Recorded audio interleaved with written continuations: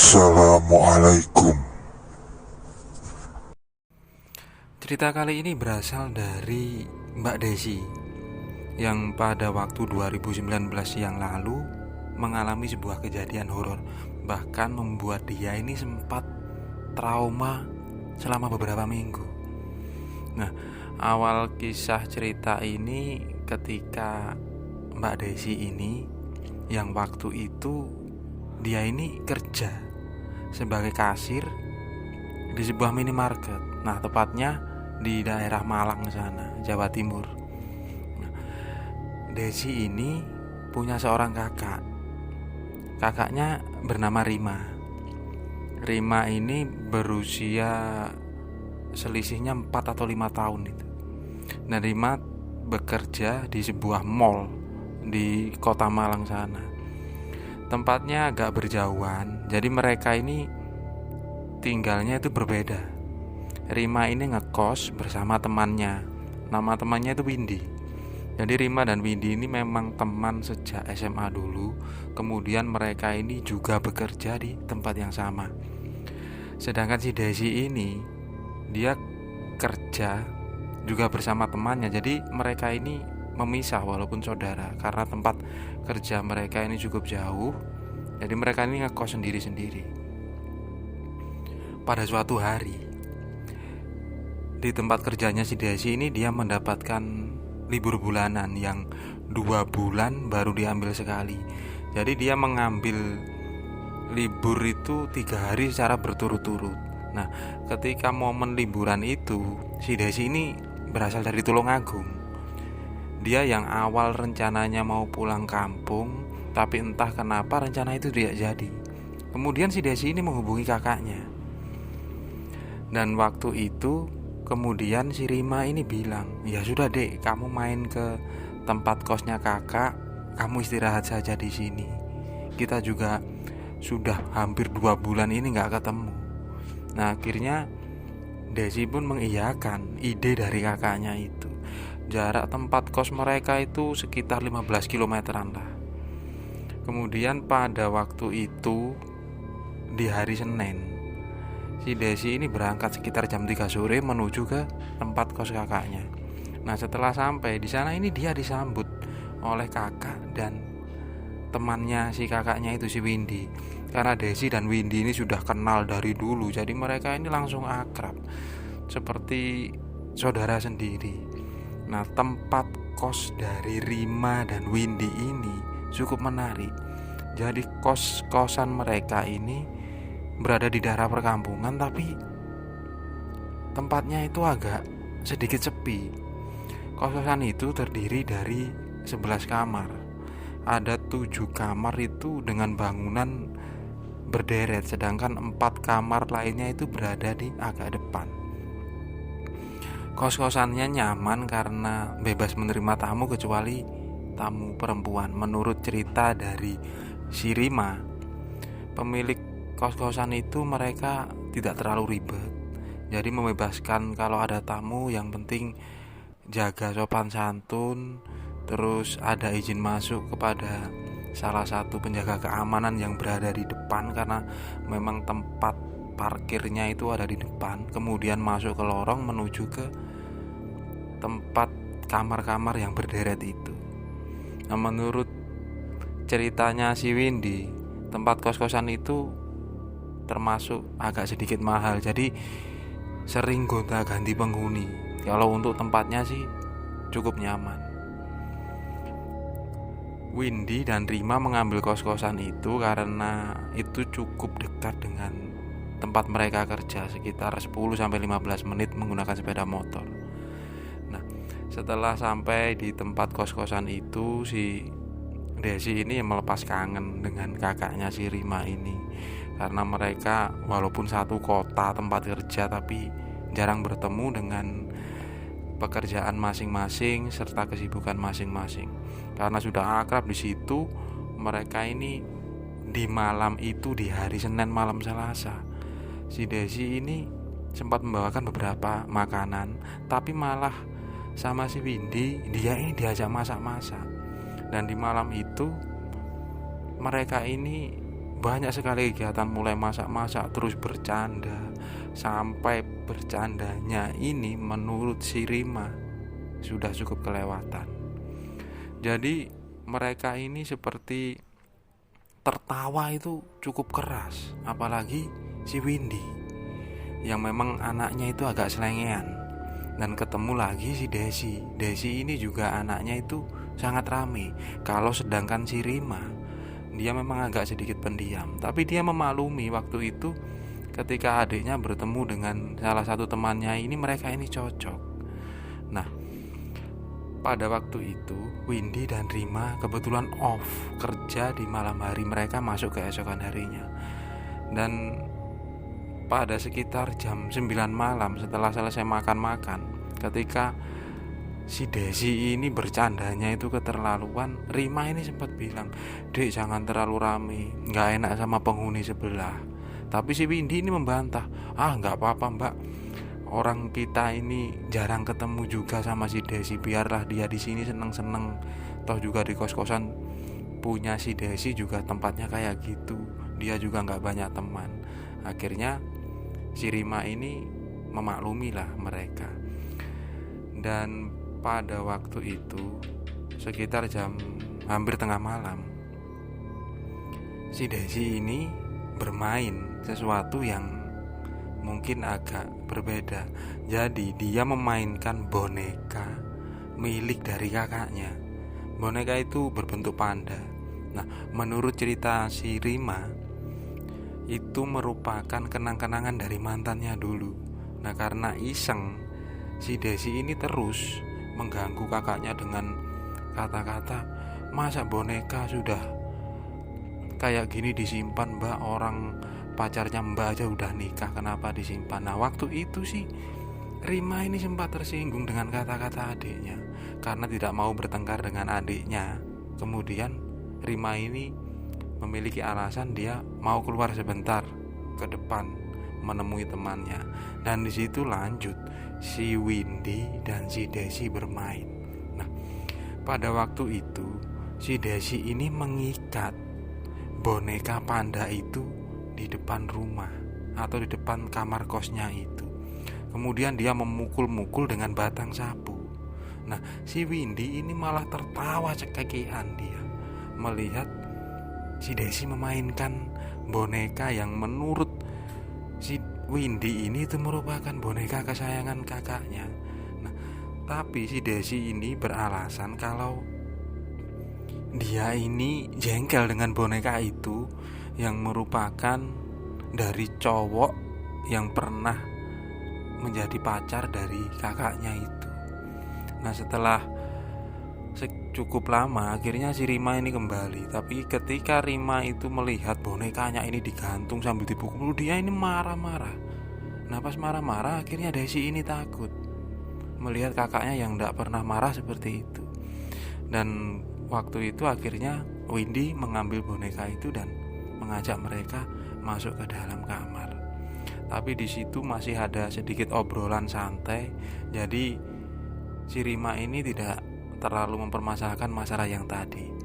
Nah, kegiatan berlanjut, kemudian nonton TV. Bahkan di malam itu mereka serasa tidak tidur. Ketika salah satunya ketiduran, jadi tinggal berdua, mereka ini ngobrol. Jadi satunya ini terganggu. Dan si Windy berpesan, "Udah mbak, pintunya gak usah ditutup separuh aja, nanti kita juga lama-lama ketiduran." Nah, sekitar jam 2 pada waktu itu si Desi ini melihat kalau kedua saudaranya atau kakak dan temannya kakaknya ini sudah tertidur. Tapi dalam kondisi waktu itu dia ini tidak bisa tidur. Nah, kemudian si Desi mengambil cemilan yang berada di tasnya. Di situ dia ngemil sambil nonton TV. Pada waktu itu si Desi ini merasa kalau ada suara langkah kaki dari depan tempat kosnya itu. Kemudian ketika dia menoleh ke arah pintu yang ada di belakangnya, dia ini seperti melihat ada seseorang yang mengintip. Nah, Desi kemudian membangunkan kakaknya Dan si Rima akhirnya terbangun. Kemudian Desi ini bilang, "Mbak, tadi ada yang lewat di depan kamar, terus dia itu ngintip." Nah, Rima pun kemudian langsung keluar. Ketika dia mengecek keluar, dia bilang tidak ada siapa-siapa. Dan waktu itu Rima menjelaskan, "Oh, mungkin itu security yang ada di depan. Biasanya dia kalau malam berkeliling untuk mengecek keamanan tempat kos ini. Ya sudah, pintunya kamu tutup." Tapi waktu itu Desi ini merasa kalau yang ngintip tadi itu perempuan. Tapi dia tidak menjelaskan kepada kakaknya. Mungkin karena sedikit merasa takut.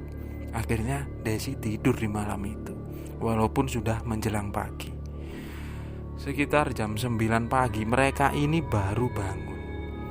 Dan memang tidak ada pekerjaan di pagi itu. Jadi mereka cuma masak-masak, makan-makan bersama, setelah itu ngobrol. Nah, jam 2 siang si Rima dan si Windy ini mereka mau bekerja karena mendapatkan SIM 2. Jadi mereka akan bekerja sekitar jam setengah 3 masuk sampai jam 9 malam. Di situ Rima bilang kepada Desi, "Dek, kamu tunggu aja di kamar. Tadi Mbak sudah izin atau bilang kepada penjaga keamanan itu kalau adiknya Mbak itu yang ada di kamar. Mbak mungkin pulang sekitar jam setengah 10, paling lambat juga jam 10. Yang penting kalau lapar kamu makan, kalau butuh apa-apa kamu belanja di toko yang ada di depan tempat kos itu. Kamu istirahat saja, jangan kemana-mana, soalnya kuncinya Mbak tinggal." Nah, waktu itu si Desi cuma mengiyakan saja. Ketika si Rima dan si Windy berangkat, nah akhirnya Desi ini sendirian. Dia menghabiskan waktu dengan tiduran, nonton TV sambil main HP. Sekitar maghrib, tepatnya habis maghrib lah waktu itu, si Desi ini bermaksud membeli sesuatu, entah itu makanan atau apa waktu itu. Jadi dia keluar dari kamarnya, kemudian menuju ke toko yang ada di depannya tempat kos mereka itu. Setelah itu Desi ini balik. Nah, menurut si Desi, entah kenapa sejak tadi siang atau kemarinnya dia itu tidak menemui siapapun di tempat itu. Seolah-olah penghuni kosnya ini sepi, tidak ada orang. Ketika dia melewati beberapa kamar di tempat itu juga tidak terdengar suara siapapun. Tapi Desi merasa tenang karena ada beberapa motor yang ada di parkiran depan. Nah, jadi waktu itu Desi sempat mikir, oh mungkin mereka semua pada istirahat. Tapi si Desi ini juga merasa, aku tadi malam bercanda sama Mbak Rima sama Mbak Windy, dan aku itu ingat kalau aku tertawa itu sangat keras sekali kok. Gak ada yang keluar untuk menegur. Apa jangan-jangan di tempat kos ini gak ada penghuninya? Nah, perasaan sudah mulai agak berbeda ketika si Desi masuk ke kamar kosnya kakaknya itu. Nah, waktu itu kemudian si Desi langsung menutup pintunya dan mengunci dari dalam. Baru saja dia masuk, kemudian duduk sambil nonton TV, dia ini mendengar suara langkah kaki seperti yang tadi malam dia dengar. Nah, tapi ketika Desi menoleh ke belakang, langkah kaki itu berhenti. Tapi ketika Desi kembali lagi menghadapkan wajahnya ke tempat TV, suara itu datang lagi. Nah, Desi ini antara gak tenang dan mulai agak takut. Dia ini bermaksud mengecek, tapi kemudian dia menggagalkan pikirannya itu.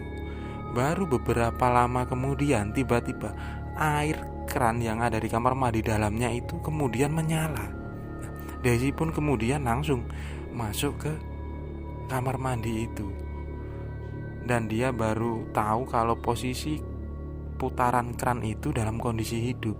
Padahal dia yakin tadi ketika selesai mandi dia sudah mematikan keran itu.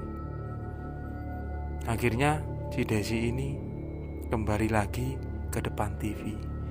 Tapi Padahal waktu itu dia merasa suara dari volume TV-nya ini sangat kecil.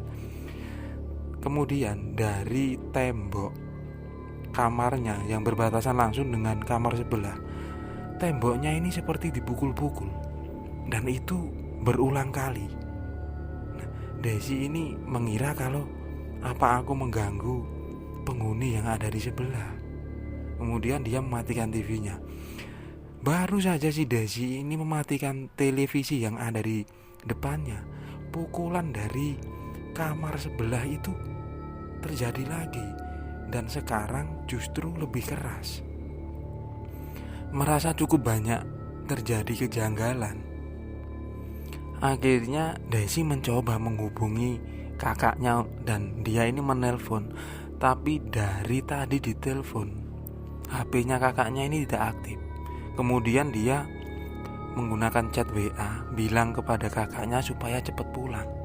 Nah, waktu itu juga tidak terbaca, dan ternyata ketika si Rima dan si Windy ini sedang bekerja, HP mereka selalu ditaruh di laci karena tidak boleh menggunakan HP. Dan pada waktu itu sekitar jam 9 malam. Jadi Desi ini sudah menahan ketakutan lebih dari 2 jam. Kemudian suara langkah kaki dari depan pintunya ini semakin jelas. Tak beberapa lama, gagang pintu kamar kosnya ini mau dibuka. Jadi seolah-olah dari luar ini ada orang yang mau membuka. Tapi ketika Desi bertanya, siapa itu? Siapa itu? Suara dari luar itu tidak terdengar lagi. Nah, akhirnya Desi memberanikan diri. Dia mengintip dari celah korden yang ada di jendela, dan ternyata di luar itu tidak ada siapapun. Desi semakin takut. Kemudian dia terus menelpon kakaknya. Nah, setelah tidak diangkat beberapa kali, akhirnya Desi memilih untuk mencoba tidur sambil menunggu kakaknya pulang. Sekitar 5 menit kemudian, tiba-tiba si Rima ini menelpon balik si Desi. Seperti dari suara jauh, Rima ini cukup panik. Dek, kenapa kamu kok telepon mbak terus? Memang di kamar kos ada apa? Ada masalah tak? Dan Desi waktu itu menjawab, enggak mbak, cuma di sini ada suara-suara aneh dari sebelah kamar juga. Di situ temboknya digedor terus, padahal aku lo nggak bersuara, aku nggak ganggu mereka. Nah, akhirnya ada sedikit percakapan kecil antara si Rima dan si Desi. Jadi waktu itu Rima ini bilang, Dek, kamarnya mbak di kanan dan kirinya itu tidak ada penghuninya. Yang ada penghuninya itu ada 2 kamar yang paling depan. Jadi di sana itu nggak ada yang ninggalin tempat kos itu. Nah, si Desi yang mendengar kata-kata itu, dia ini semakin takut. Ya sudah mbak, kamu cepat pulang, kamu cepat pulang. Aku takut di sini, cepat pulang. Kemudian si Windy bilang, nggak apa-apa Des, itu nggak apa-apa, kamu tenang aja. Bentar lagi mbak juga pulang. Ini sudah persiapan mau pulang. Nanti mbak bawakan makanan. Kamu di dalam kamar saja dan kamu kunci. Dan kemudian telepon itu dimatikan. Dan setelah itu si Desi ini kemudian mencoba tidur lagi. Tapi entah kenapa matanya itu susah untuk memejam. Dan ketika dia berdiri bermaksud ke kamar mandi, Desi ini entah kenapa dia ini merasa gak enak, seperti ada yang mengawasi. Kemudian dia menoleh ke arah belakang. Di sana ada ventilasi di atas jendela kamar kosnya itu. Ventilasi itu tertutup dengan jaring kawat. Jadi dari luar itu terlihat jelas. Ternyata di pojok ventilasi yang berbatasan dengan kamar sebelah ada sosok perempuan itu sedang mengintip si Desi. Dan wajahnya itu sangat jelas sekali. Wajahnya itu putih seperti orang yang memakai bedak, dan matanya itu hitam. Kemudian melotot ke arah si Desi. Nah, si Desi yang ketakutan melihat sosok itu, kemudian dia ini spontan berteriak. Nah, ketika Desi ini berteriak sambil memandangi sosok itu, justru sosok itu tidak menghilang, tapi justru tersenyum ke arah si Desi. Dan tak beberapa lama kemudian terdengar suara pukulan dari tembok kamar sebelah.